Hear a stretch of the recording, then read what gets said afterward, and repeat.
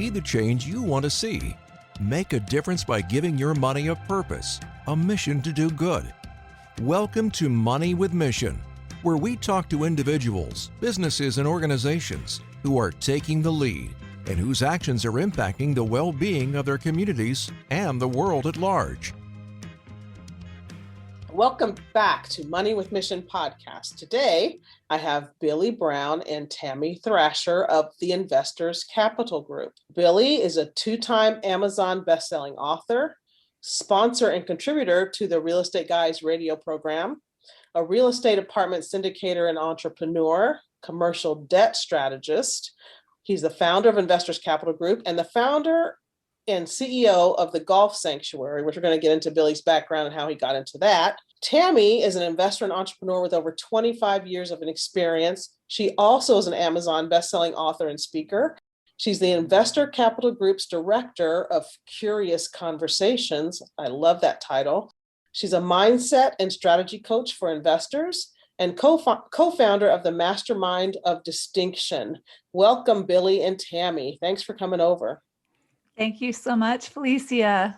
Felicia, good to talk to you. Good to see you. Good to see you. Hey, everybody. We are having internet trouble today, so we are not looking at each other like we usually do. And Tammy and I are both in thunderstorm areas, so we hope we pull this off. If not, we'll come back and do it another day, right, guys? We'll pull it off. We'll get it happen. We'll make it happen, right? So let's start with Billy. Billy, you are a commercial lender. I don't think you've been a commercial lender all your life. How did you get here? Well, it started at birth. It was interesting because I was in residential for quite a while after a failed golf career, which we'll talk about that later. How I got from golf to residential lending, and once in residential lending, I liked the lending, but I didn't like how, you're kind of boxed in. I always like to think outside the box, thanks to my golf background, and my outside the box thinking was not meant for inside the box lending. And I got to be very frustrated. Long story short, I left that and actually found commercial lending was a very viable route, and kept on learning and educating folks about how the power of this thing, and had my own company started in 2019, and just on a mission to go out and educate lenders on, or educate borrowers and investors on the power of this alternative commercial lending that can help them achieve success wildly and faster than they ever thought possible. That's great. So I'm going to back up. Let's define commercial lending for those who may not know what that means. Yeah. So commercial lending is anything that is not in the residential world. You got residential 1 to 4. Technically, anything commercial is anything over 5 units, or technically it's anything that's not residential. And this can mean anything from a 5-unit apartment home to a short-term rental to a office building to even a daycare. Anything that actually makes money on its own, that is commercial.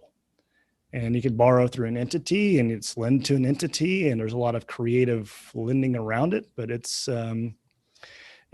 definitely different in some regards and definitely frustrating in others. So if I'm going to buy a house as a rental property, would I go to a commercial lender or would I go to a residential lender? That's a great question. Right now there's still availability for the Fannie Mae, Freddie Mac market and the mortgage side to go use your Fannie Mae slots to go put 25% down to buy a rental property, but you're also personally guaranteeing it, and you have to go through that gauntlet of lending. Now it's sped up quite a bit thanks to technology. But if you want to go borrow through an entity and not have to personally guarantee it or have limited guarantees on that debt, then that's where you go into the commercial side. Got it. Okay, Tammy, you've been an investor and entrepreneur for over 25 years. I don't know how long you've been working with Billy and the Investors Capital Group, so you can tell us that, but tell us your journey into investing in entrepreneurship. Yeah, I like many people, I was the accidental investor when I started, Felicia. It was one of those necessity is the mother of invention moments. Mm-hmm. And I think we all know those accidental investors who then go, ooh, this is kind of interesting and fun. And I had sort of some tragic circumstances. I had a sudden, unexpected loss of my father when I was 26 years old. And I was a single parent with a 4-year-old and had these lofty goals and aspirations. And what I found was my job was very limiting.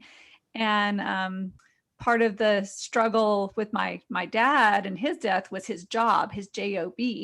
And I just thought, you know what, I'm never going to be tied to a job. I'm never going to be have to punch in a clock all day, every day, and get permission to live my life and be a parent, be the world's greatest mom, or travel the world. So I decided I needed to make this real estate investing thing happen. And I had a few home runs flipping houses. I became a real estate agent. And what I found was working with investors was truly my passion. Even the more I got into the realm of real estate, I really loved the strategic side and I guess you could say the less emotional and more pragmatic aspects of the real estate. And I loved the passive income, right? And money coming in, whether I went to work or not. And so and then helping other people do it was really, I think at my core, I love helping empower and educate people, creating confident and competent consumers. And so a year ago, roughly a little over a year ago, Billy was looking for somebody to come on and help grow his team. And I reached out, and initially it was to see if I could help find a fit for him. But the more he talked, the more I said, wait, I'm kind of interested in that for me. Completely lucked out on my end. Like, greatest find ever. So very blessed to have Tammy on the team. It's one thing about Tammy I've noticed is Tammy is a reacher. If she sees something, she's going to reach out and see if it will fit or see how she can help. Just what she was saying. She is a service person at heart. I've known Tammy for a couple of years now and very much see that in her. Thank you. So you guys have been working together for 2 years. And wait, I want to back up so Tammy, it sounded like what you wanted when you became an entrepreneur was by accident, like you said, tragic circumstances, but you wanted time freedom. And it's like that's what you went into this for and found for yourself. Absolutely. I definitely was, I didn't know it at the time. I was 26 and I was looking for, I just wanted, I had already done a few real estate things when the tragedy situation occurred, but that was the catalyst where I decided I needed to make real estate a focal point of my what was next and help me accomplish the why. Yeah. Yes. So many of us have something happen, or it may not even be such a tragedy as losing your father, but a parent getting ill, a child getting ill, something happening where you realize that punching the clock is not going to serve you forever. So one of my goals is to help people realize that before it happens so that you can have these multiple streams of income before you have to have them. Does that make sense? Absolutely. That's okay. great that you teach. Well, and Felicia, let me drop in there and throw it wasn't a loss of my parent, but my parents worked for 25 years in an entire business and ended up losing it. I mean, they're working 70, 80, 90, 100 hours a week for 20, 25 years to build this thing, and then lost it in the 80s. And it's the same devastation as working, having to be tied down to a job. And that business owned them, and it ultimately took them down. Yeah. And that was kind of callous for me, where I said, I'm not going to do this. Yeah. If I'm going to build something, it's going to be built passively. Okay. Now, before you started doing this, you were a golfer. I heard a failed golfing career. Yeah. We're going to lighten it up a little bit. What happened? What happened there, Billy? Talk about it. Well, speaking of failed businesses, I mean, the professional golf circuit is just like any other business. You got to have cash and cash flow to sustain and pay your bills and enter the tournaments and travel and all that. And then you try to win and get the next level. And all you're trying to do there is gamble, for the 2 weeks a year you get hot, and then try to go jump into the next level, which for me would have been like now it's called the Corn Ferry Tour. Back then, I think it's called, it wasn't called the Hogan Tour. It's a Nike Tour, all that, which is a step below PGA Tour. And you just spend a lot of money until you actually get it. truly a gamble, and you go try it. I'm so glad I did it. I wasted a lot of money, but the stories and experiences and all that were, actually turned out to be an investment. now Oh, that my other little side hustle over here. yeah. I was going to say, I heard wasted. I don't know that it was wasted money. It might have felt wasted at the time, but now there's something coming out of all of that. Oh, there's plenty of stories out there, just, being broke and trying to find the $25 a night hotel and, not get stabbed and sleep in your car sometimes. And, the beating your head against the windshield, you going, what the hell am I doing out here in Western Nebraska playing for, $500 when it cost me $1,000 to enter this thing? It's like, so that I didn't even know any of those circuits existed. All I see is the PGA and see how much money those guys will get who win. And, that's where I thought you were, Billy. So thanks for sharing that. Oh, no, it was not even on that. That's not on that level. No, we're talking we're talking the little, satellite tour stuff. It's just what we call the Pro-Am circuit. And that's a whole other conversation, but it's a lot of fun. Okay. So let's talk to some investors. Let's say we need to break them up, or maybe we can talk to these two groups together. Let's talk to investors that have one or two single family homes that they're renting. And let's talk to somebody who's decided they want to start investing to get that second stream of income or third stream of income. How can you guys help with that? Should we talk about them separately, or can we talk about them together, first of all? I'd say let's break it up to separately, because there's two different mindsets there. And then I'll pull rank on Tammy here, and I'll take the people trying to move up, and she can take the people trying to get in. Okay. Because there's both there's belief systems you have to go overcome first, and then there's knowledge gaps to be able to take it to the next level. First half is your belief system that I can go do it, and when I go do it, it'll better my life. And the next question is, how can I? For those that have actually owned rental properties, accidental or on purpose, there's a belief system there that, hey, if I go do this, I'm going to create passive income that can get me to here. Now, pretty soon they're going to realize that, in order to get your true financial freedom, it's going to take buying a whole bunch of single family homes to go get there. There's not enough time to go do that, to go make $100, $200, $300 a month. And you start learning about commercial, going bigger, where there's economies of scale, apartments like you've done, Felicia, and we've done, where instead of buying one single family home, you're buying 100 units. And there's that, how can I? And that's the question I want people to ask themselves, is how can I go from this? And that's what we asked ourselves and ultimately did by syndicating an 82 unit apartment complex. But there is definitely a knowledge gap there, where you may have bought a home using a loan through a mortgage, Fannie Mae, Freddie Mac, the same way you actually bought your own home, probably through your phone almost. And it was pretty easy. And then at some point, you're going to get a little pushback because it becomes more difficult, because that's not the lending tool needed to go bigger. There's other lending tools out there. And with those tools come people and resources to be able to go help you. Now, you're not going to get the attention of every one of those people that can help you, because you have to level up. And I call this basically going pro. If you've read Stephen Pressfield's book, Turning Pro, it's it's that what amateurs do versus what professionals do.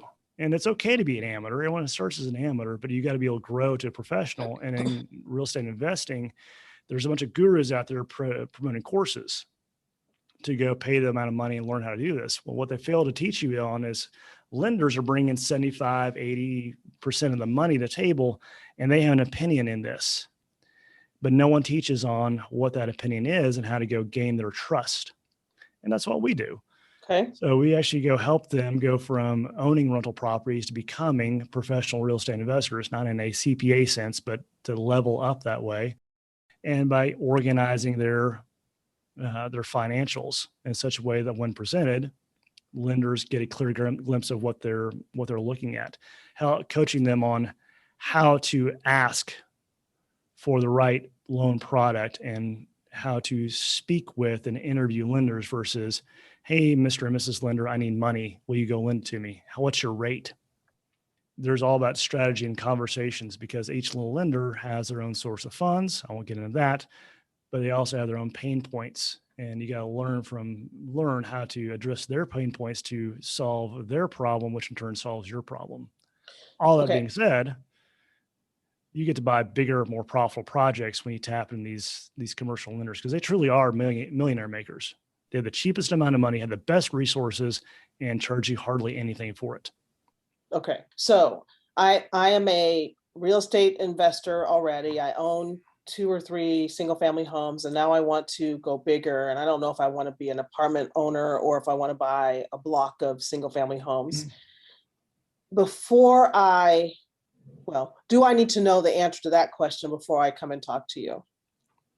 No, that's where conversations with myself or Tammy can really help, not necessarily illuminate what you want to do, but help, if anything, eliminate what you don't want to do. Okay. And that's largely a part of it. Like, well, you say you want to be passive and you want to go flip a house. Those two things do not go together. Got it. Right. Or I want to go replace my day job, but I want to go invest passively. Well, that's not going to do it either. It's like, it's going to be a long, long road to get you there. So a lot of that is just like setting the right expectations and then mapping it out. And then you go, okay, based on that, here's your paths that are most likely going to take you there. And then you have a conversation. So we have this conversation. I realize now I want to buy whatever, a portfolio, whichever we get to. Now you teach me how to go and talk to lenders, or do you talk to lenders for me? Yeah. As commercial loan facilitators, that's what we do. I mean, you're welcome to go talk to lenders on your own. I mean, more power to you if you enjoy doing that. But after that third conversation, you'll be going crazy. Because that's what happens to me about every day about 9 o'clock in the morning. But there's a special art to talking to them. And where we find that we can help out the most is people that don't do this day in and day out, get a little frustrated by the process, and they were just hired out. I equate it to the replacing your faucet in your bathroom. It's easy to do. In theory, there's YouTube channels out there to teach you how to do it for free, but 99.9% of the time, you're just going to go pay the extra money to go hire a professional to go do it, because they have all the tools, resources, knowledge, and can troubleshoot when a lot of the stuff doesn't work that well. And plus they can, bruise up their knuckles versus yourself. And spend their time when you could do something else with your time. Focusing on what you're good at. Exactly. Yeah. Okay, Tammy. So now I'm going to be that investor who has just decided this multiple streams of income sounds like something I need to get into. And I'm just not quite sure where to get started. I own my own home, or maybe I don't. Maybe I live in an apartment. I have a job. Credit's decent. What do I do? Do I want to do a single family? Do I call you? What do I do? Tell me where to start. Yeah, I think that one of the best places to start is probably reading Rich Dad, Poor Dad is the first thing I would tell almost any investor to start there. Second is I'm happy to have that conversation with an investor. And if they don't want to reach out to me, getting in touch with a local RIA, the Real Estate Investors Club, listening to podcasts like yours, and reaching out to their local community banks and seeing what it would take to get a loan to buy their first income producing asset based on their circumstances. That's really kind of the next thing I would suggest. And I will dive into that a little bit more with regards to, I love people who are just starting out. I love the conversations with them. I have people approach me all the time and say, hey, Tammy, I really need to diversify my income. And this is people of all ages, whether they're 19 or 20 or they're 60. They can be college students, they can be doctors, right? So all types of people. They're recognizing that, maybe they want to start early and have a plan where they can have that freedom factor and quote unquote retired by 30, or they've lived a career that they loved but realized that they want more freedom insured and in their twilight years. So whatever the circumstances, when people come to me and say, I really want to be a real estate investor, This is where my curious conversations come into play, Felicia. This is Mhm. where I get, it's like, there's a little twinkle in my eye going, really? Tell me more. Every person has a different place where they are in their life and where they think they want to go or where they know they want to go. Mhm. What their strengths are, what their personal assets are. And what I mean by that is what their credit score is, what their skills are in terms of maintenance, fixing properties. If they can, if they don't have any skill sets, basically we recognize people have skills, time, and money in the real estate world. You need some combination of those three, at least one of those three to get in. And maybe we'll throw in hustle. Okay. There you go. Yep. So Yep. if you don't have any of those three, but you've got hustle, I'm there for you. I'll cheer you on and give you some guidance. And let Got me it. pipe in here, like never underestimate the power of Of hustle. hustle. I agree. Hustle will get you a long way. And then I think what you really have to learn in the real estate space is there are a lot of opinions out there. And the first set of opinions are going to come from your friends and family. And if your friends and family are not real estate investors, they may be a little cautious and concerned because they love you and they want to protect you. Mhm. So keep in mind when you are making these strategic decisions that you be wise enough to seek strategic counsel, not just the opinions of those around you. There is a big difference. 100% agree. And then being around people like-minded who are also looking to do the same things that you are will help you get past that fear that we all have when we're about to do something your family's telling you not to do because they're trying to keep you safe. And in your own mindset of, can I really get it done? Talking to a Tammy or Billy or Felicia will help you get past those kinds of fears and into groups that can help you really get going and get your momentum up, whatever your skill set is. Completely. And the other is, I think people don't realize if you've never bought a single property before, then you get to buy with as little as 3.5% down, even if you buy a fourplex, an owner occupied fourplex at 3.5% down. Can you imagine that? It's pretty exciting. I think it's super exciting. That is pretty exciting.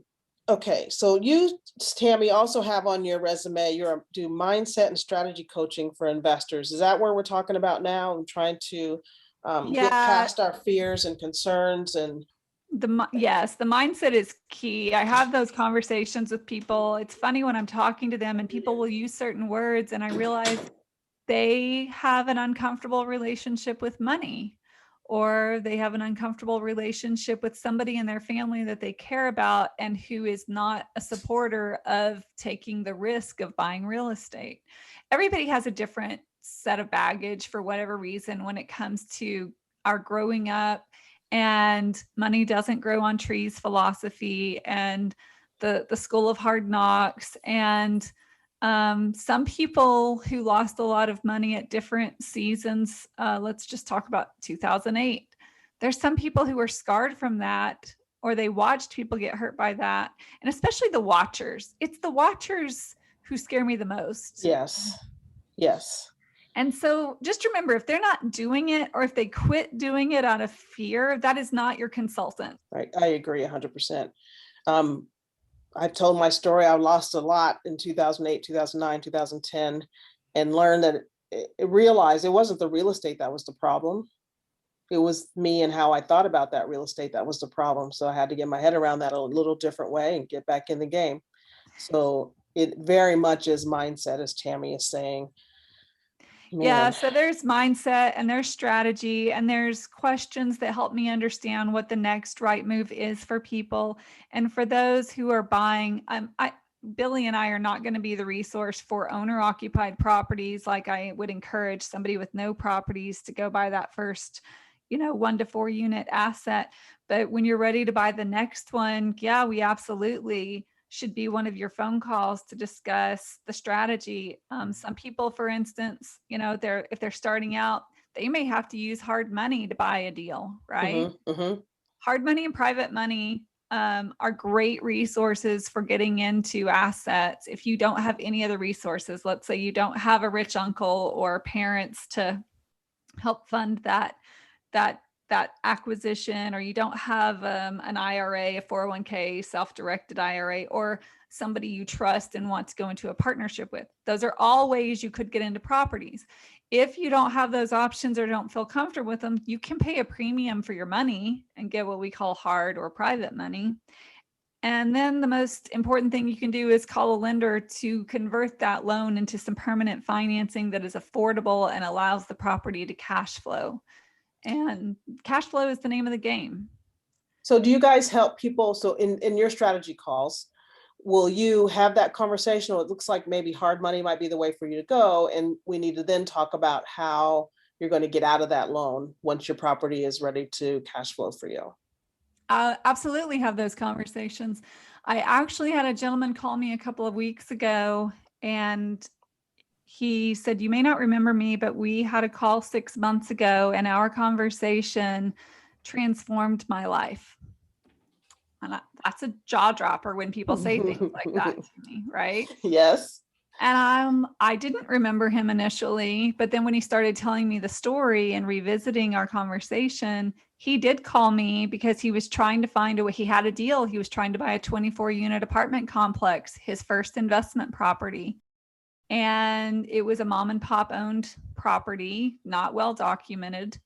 And he said, "I've got a bank who will lend on it, but I don't have the money for the down payment." And we had already discussed with the seller finance the property, which is another way to buy properties when you don't have the funds to do it. Mm-hmm. And he said, "No, she's not in a position. She's elderly and she really wants her money out of the property." And I said, "Well, maybe she'll carry the down payment." And he said, "What do you mean? Can she do that?" And I said, "Of course she can do that." Will she do that? He's like, "The bank will let the seller carry the down payment." I said, "Yes, they will." And I explained that process to him. And now he's calling me back to refinance this into permanent financing. And it's awesome to have those conversations with people and to bring that kind of light and prosperity and abundance to somebody else's life. It feels great for me. And the fact that they actually take the action, because that's the thing, when people have conversations with us, Billy's right. We can give them the knowledge to actually take action and implement to make that acquisition happen and that abundance and growth happen. And even if it's not an acquisition, maybe you do already own 2 or 4 properties. We can show you how to leverage that equity. And right now it's a beautiful time in the marketplace where property values have gone up in most parts of the country.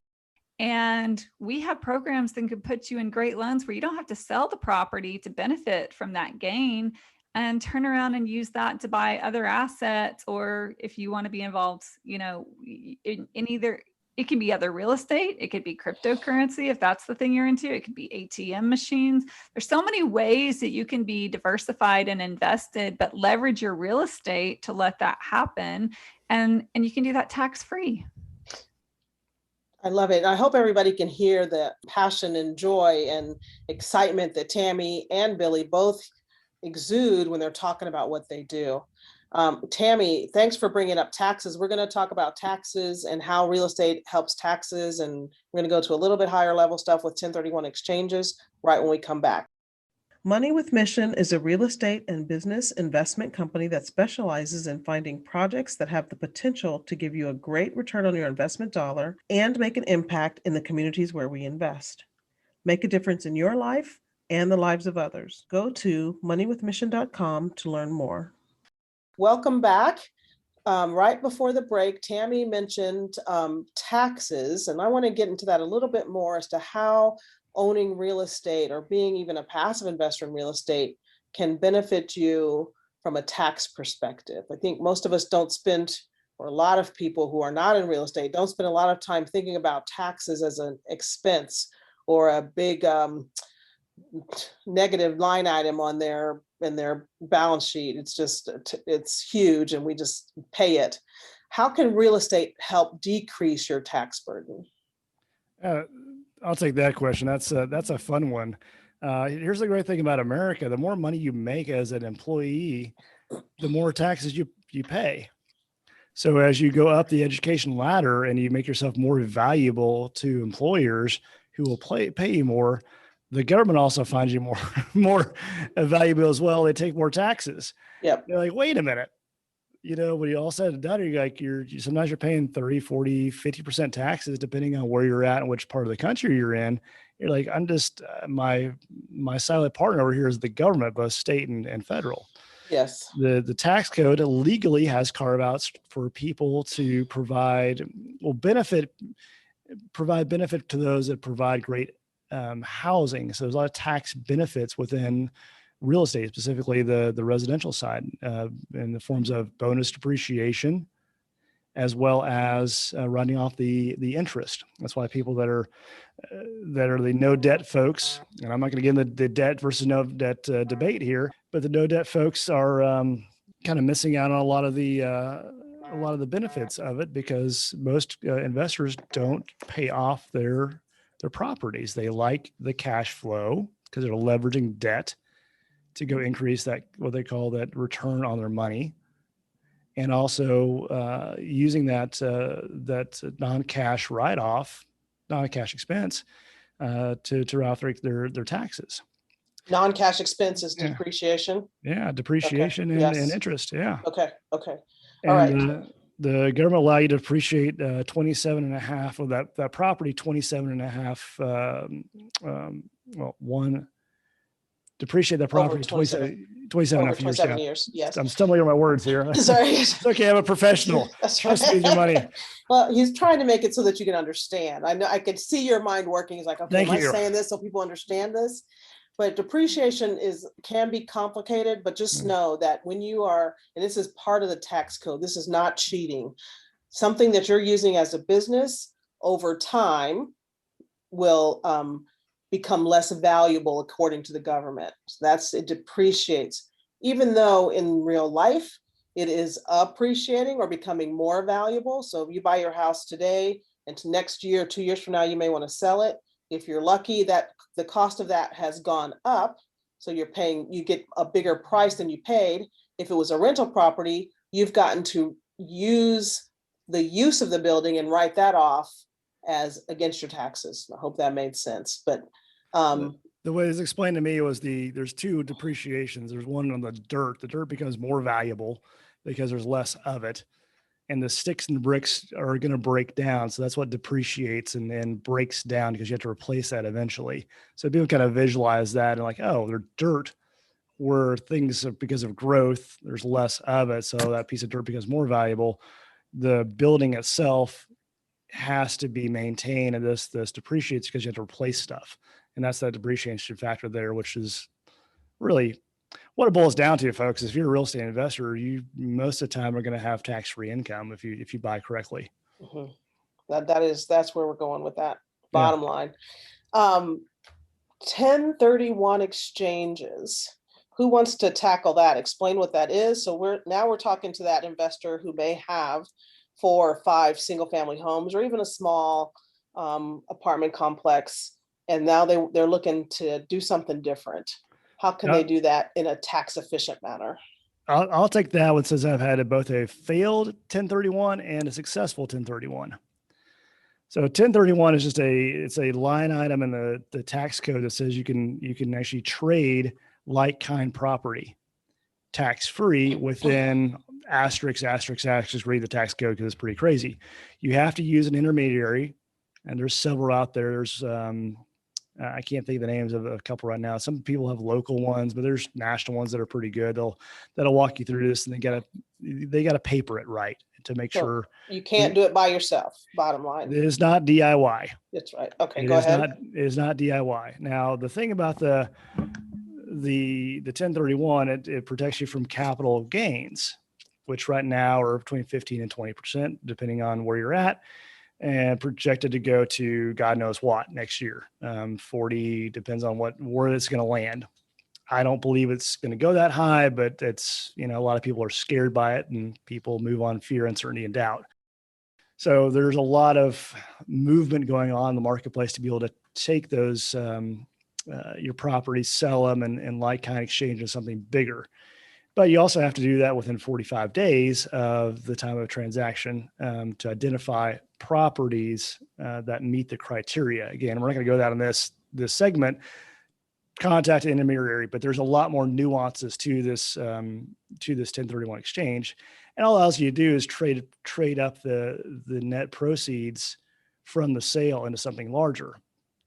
So we had one where we sold a property, and I had three. I did it right.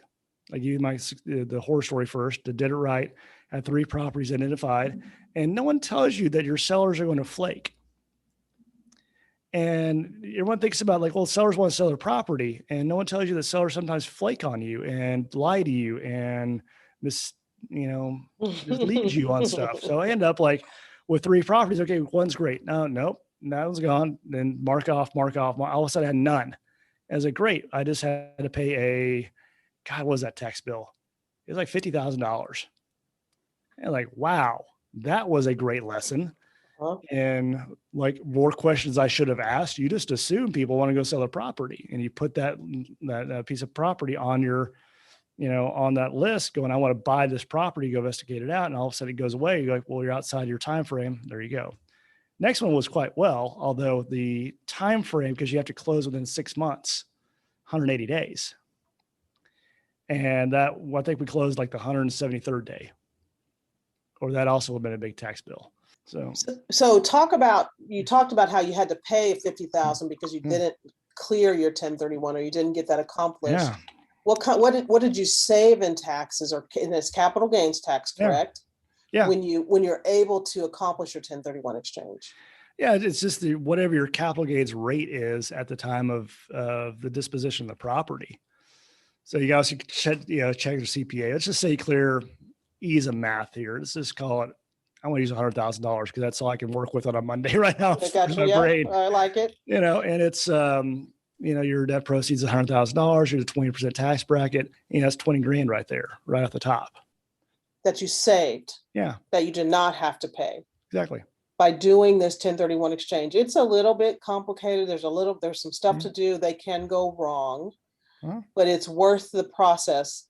And there's some stuff coming out in the we think may come out in the new tax code that may take those away. So if you have 4 properties, 8 properties, 1 big property that you're looking to take advantage of, get some of the equity out, roll that into something bigger, increase your wealth, that may be the way to go. And Tammy and Billy are the people to talk to just kind of strategize on that. You guys aren't 1031 mediators, correct? But you know them and can we direct. have contacts. And can direct. Look, and we can also look and see if it makes sense of like, why do you want to sell the property? If you want to keep the property, well, why go through the headache of that 1031 stressor? And trust me, it is a stressor. It is very stressful. Say, well, why don't we just refinance that property, access the equity now, and then instead of just selling it and cut yourself a lot of stress, just keep the equity and move on. Or there's other options out there besides the 1031 to go get tax benefits, including conservation easements and now opportunity zones. Yeah. So there's 2 other options there, and there's 4 or 5 others we can talk about, not on here, but another time, that can also help out. So there's not only just one, like either 1031 or none. There's a lot of options out there. The bottom line here as a real estate investor, there's a lot of opportunities to go create tax-free wealth. Which is one of the biggest things about real estate for me, is you can have cash flow and it can be tax-free. Yeah. So it's not cheating anyone to do it. It is written in the tax code that this is what you can do. Tammy, what do you want to add to all of that? Oh, I'm just sitting here smiling going, yep.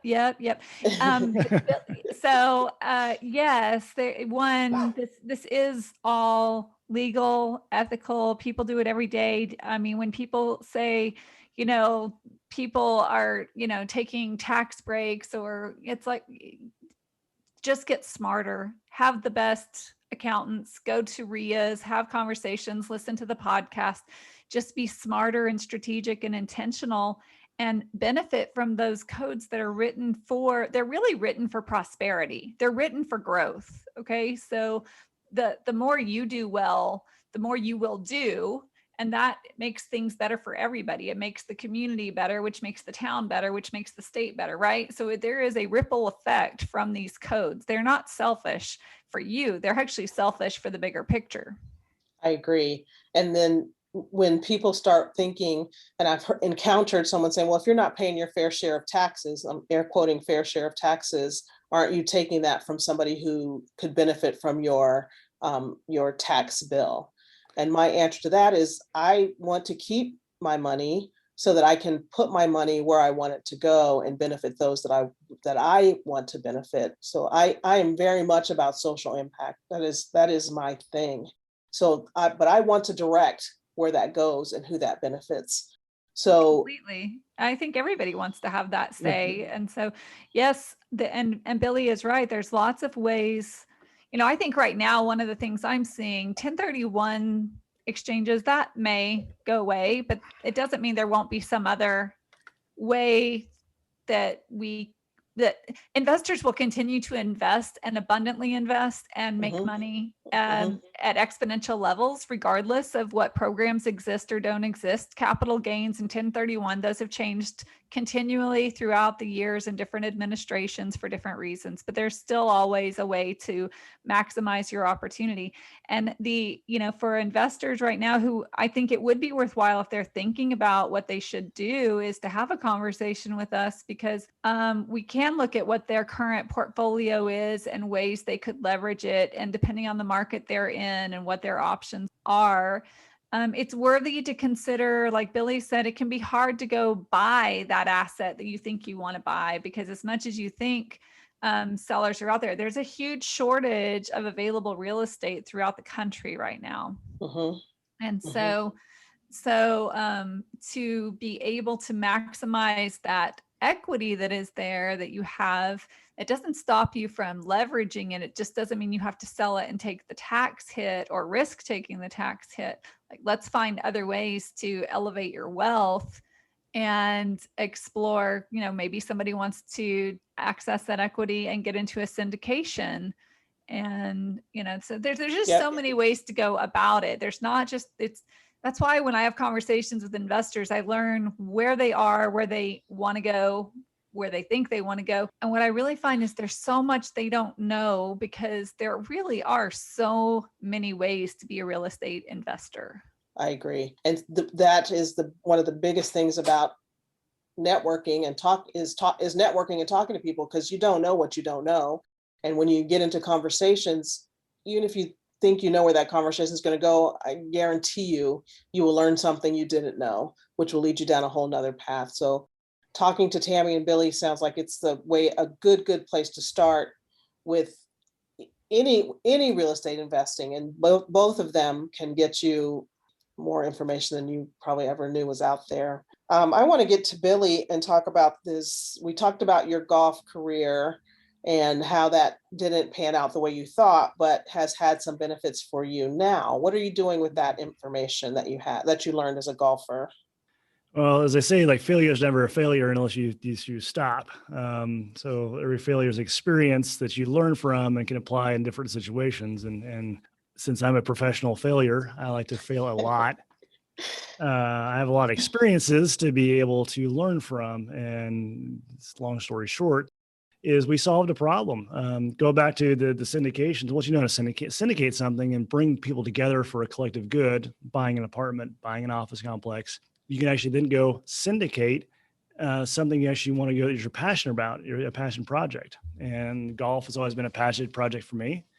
And we have a problem here in Nashville, meaning we have too many people coming to Nashville, like over 100 people a day. We're out of land, which means there's no more golf courses, but there's more golfers. Every golf course that is here, is private or public, is full with a waiting list. Golf is not only a recreation, it's mostly an addiction, but people that play golf, are passionate about it. And when they can't go play it because of time, weather, availability, it becomes frustrating. So what we did was we syndicated and found a solution to it using technology, not as a replacement, but as an extension. And we've created the first ever private private club that includes an executive chef, bar, meeting room, members lounge, all that. And just the south side of Brentwood, Tennessee, and inside of Franklin, except instead of having a golf course that is green grass, it's actually virtual. We have over 100 golf courses that are virtual. Same experience, just virtually. And we've eliminated the time and weather factor, meaning we're open 24/7, rain or shine. And you can go make an appointment 3 weeks in advance for a lunch to go bring your clients there, bring your family there, or just go practice by yourself. To be able to enjoy this club and know that you have the availability. Whereas right now it's 75 and cloudy here with rain coming. And if you had a tee time at 3:30, you're going to get rained out. And that's kind of frustrating because there's nothing that more like, a punch to the nose is like you have a time to go have recreation. You've blocked off, you've made yourself available, you've calendar blocked, and if you had a tea time outside. Yeah, Mother Nature won't cooperate. It's like, so you're going to go work.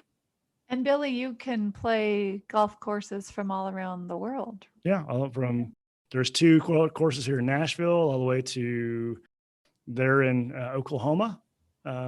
Is on here, and then you've got California to Iceland to Japan, Denmark, all over the globe and growing, and it's just going to continue to grow. So I'm sure there's golfers on here going, what the heck? Where is this? It's in Nashville for now. Yeah. I know Billy's got big plans for it to be in lots of places. So how can they find out more about your golf sanctuary? Yeah, it's just thegolfsanctuary.com. Now there's not much on there. There's a picture of the facade and that's it. Because we're a very private club. We're not going to have any pictures indoors, but our CEO can hook up a phone call with you to go discuss if you want to be look at being a member or investor. And then, future locations are TBD. Okay. We do plan on franchising this into all the markets and having a, 1 or 2 in each place where you have the golf sanctuary in Dallas or wherever people are at. And, yet it goes back to community. There's a lot of places out there. I mean, Top Golf is a great example. Top Golf's a real estate play, by the way. Top Golf is like darts with golf, but it's going gangbusters and it's brought more people into the game ever before, which is great for golf. But that's not a place that I'm going to it's not a place I'm going to take my family very often. It's not a place I'm going to go to work on my game because it's not real golf balls and not real golf clubs. And it's certainly not a place I'm taking clients. When you're raising millions of dollars and have those intentional conversations, curious conversations as Tammy likes to have, you're not going to do that in a public forum. And we need to provide a space that's safe where you can go have those intentional conversations in a suite type of setting and get real with people instead of face-to-face, it's side by side. And that's what we're doing. So it's, I think it's going to catch on and it's meeting a need. It's not for everybody, but I think you're going to start seeing these things pop up all over very, very quickly. And at least in Nashville, we've gotten nothing but rave reviews of what we've gotten on so far. And we're scheduled to have a soft opening in October. And the next wave of membership's going to come in August. Soft opening, October, next round opening. So this is a membership, but it's also an investment opportunity. Yeah. Is that okay? So I wanted to make sure people were clear on that. So yeah. Billy is developing this and his plan is to grow them and he is syndicating it. So that's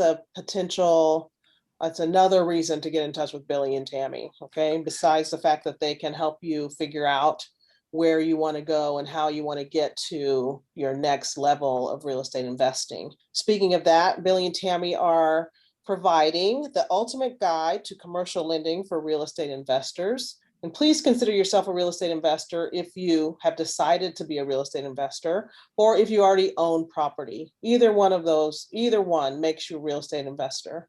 We will have a landing page, so you'll be able to go to moneywithmission.com to get that.